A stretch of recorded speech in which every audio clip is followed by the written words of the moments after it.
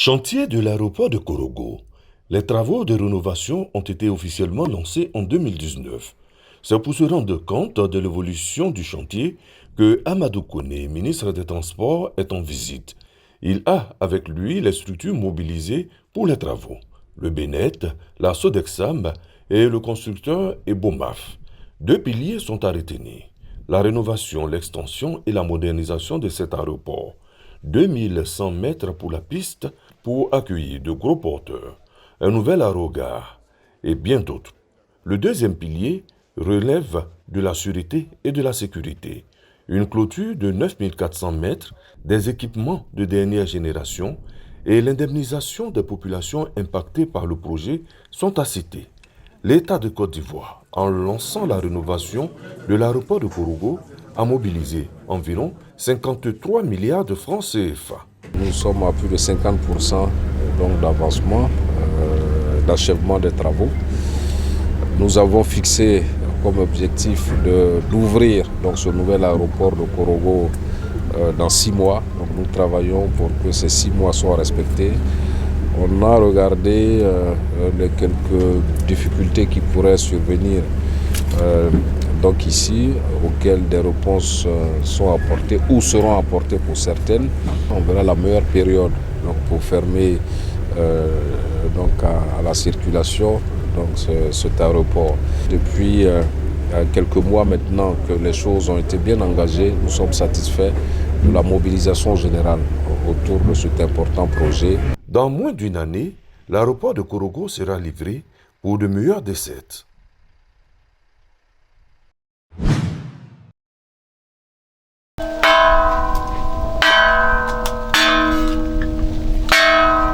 C'est la récréation au groupe scolaire de Kegbela, village de la sous-préfecture de Bougoussou dans le département d'Odiéné. Un moment de bonheur chez les enfants des classes du primaire.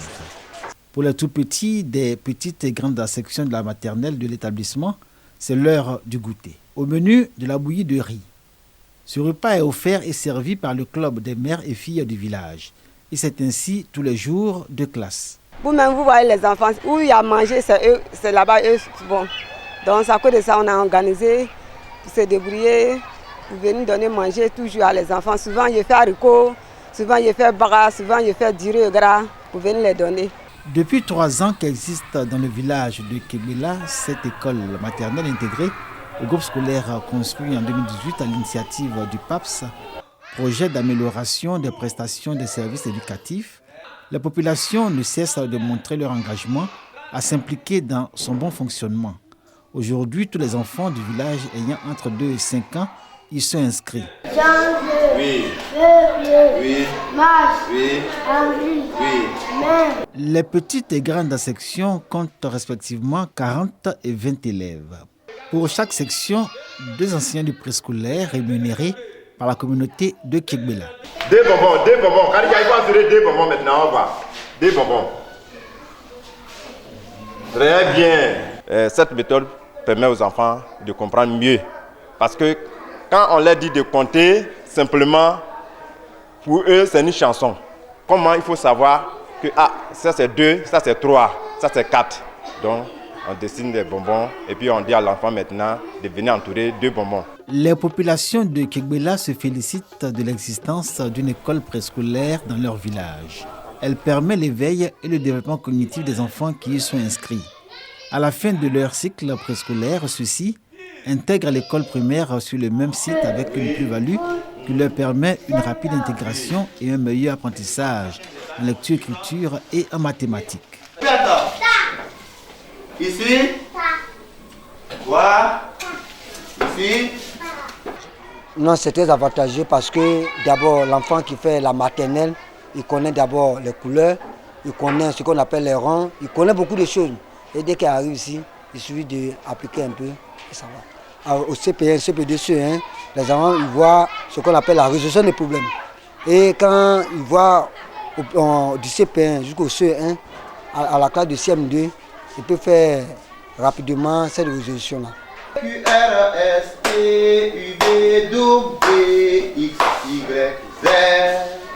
C'est bien compris? Les enfants de cette classe de CP1 sont à une séance de lecture-écriture.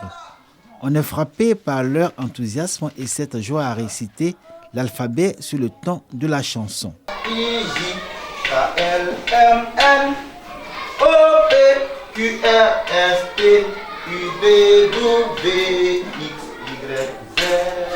Bien. J'améliore leur langage et leur écriture. Nous avons commencé par la prélecture. Nous avons présenté les images et nous disons les noms. Après avoir fini les images, nous sommes maintenant en lecture. Et c'est à partir de la lecture que nous commençons les lettres. Nous sommes vraiment au contact de ces enseignants-là et nous partageons beaucoup de choses avec eux. Donc c'est ce qui donne le résultat que vous avez aujourd'hui. Les enseignants se sont appropriés la chose, ce qui facilite l'apprentissage.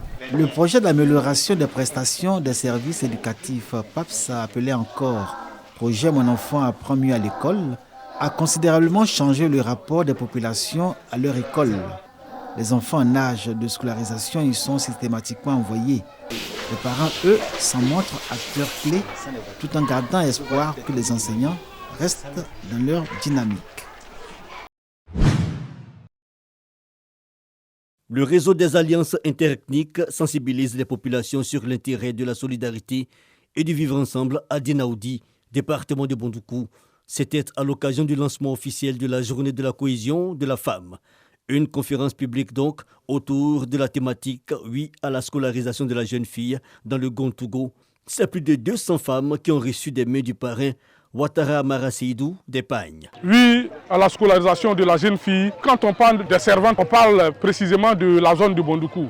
Et nous, la jeunesse, nous avons pris notre bâton de pèlerin pour, n'est-ce pas, dire à nos mamans que les femmes sont l'avenir de ce pays.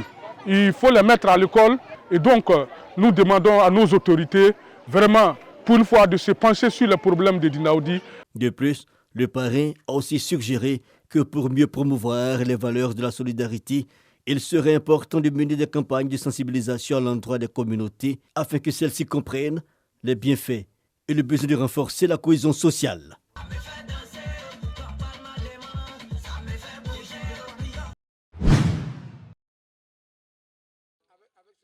Scène de désolation et de tristesse à Loko Kofikuru, village de la sous-préfecture d'Ananda, région de Lifou. En effet, depuis le 11 septembre dernier, les populations sont confrontées à la montée des eaux du fleuve Nzi. À l'origine de cette montée, les fortes pluies tombées.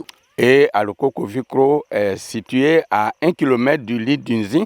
Avec le débordement, la montée des eaux du Nzi, les affluents ont été remplis et ça s'est déversé au niveau du village. Ange Kwame et Dame Kwasi ont vu leur maison s'effondrer sous la pression des eaux. Il y a un frère qui est venu, il était à lui. Il dit, ah, vous ne pouvez pas dormir ici. Il dit, ah non, peut-être ça a parti. J'étais là jusqu'à 20h, ça vient seulement. Nous étions au champ, quand le chef du village a demandé que tout le monde rentre. À mon arrivée, l'eau avait déjà rempli la maison. Avec la montée qui a continué, la maison s'est effondrée. J'ai tout perdu.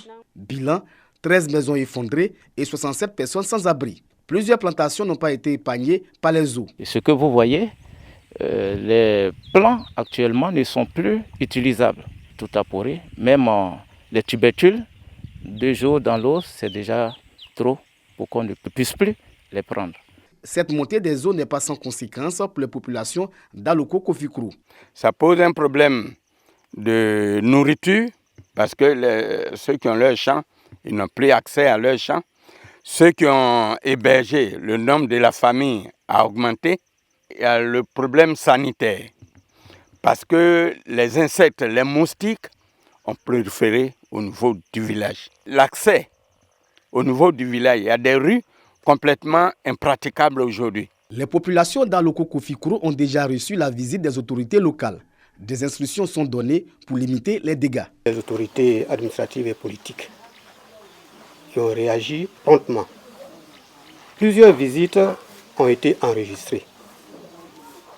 Premièrement, Madame le sous-préfet, la direction des affaires sociales de l'IFU, le commandement des sapeurs-pompiers, des dons ont appuyé ces visites-là. Pour la relocalisation des sinistrés, le chef du village a le regard tourné vers les autorités. Le village d'Aloko Kofikuro est à sa 3e montée des eaux.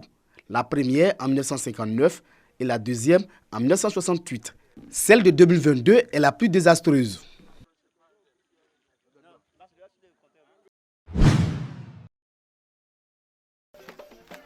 Une journée pour la cohésion sociale et la paix à Zanaplédougou, village de la sous-préfecture de Ouangolo-Dougou. Cette action est à mettre à l'actif de la jeunesse de ce village qui, le faisant, veut compter sur la cohésion pour amorcer le développement de leur village. C'est de renforcer la solidarité, la cohésion sociale, l'entente entre nous, les élèves et étudiants, y compris les habitants de Zanaplédougou. Nous tenons à lui dire vraiment merci pour ce qu'il fait pour la jeunesse et les femmes du village. Venir apporter le soutien aux enfants avec les talibans, avec l'ordinateur, vraiment c'est une très bonne chose. Drissa Traoré, député de Ouangolo-Dougou, parrain de la cérémonie, salue cette prise de conscience de sa jeunesse et réitère son soutien à toute action de développement et de consolidation de la paix. Il n'y a pas d'autre chose qui vaut la cohésion. Et je peux vous rassurer, toutefois qu'il s'agira de la cohésion et de vivre ensemble, je serai à ce rendez-vous. Nous avons besoin de soutenir le chef de l'État, son Excellence Alassane Ouattara. Pour nos jeunes, je leur dis de travailler, de regarder dans le bon sens, de respecter les parents, de se conduire bien à l'école. La journée socio-culturelle de Zanaplédougou avec pour thème « Tous unis pour le développement des Zanaplédougou ». Plusieurs activités et remises de dons ont meublé cette cérémonie.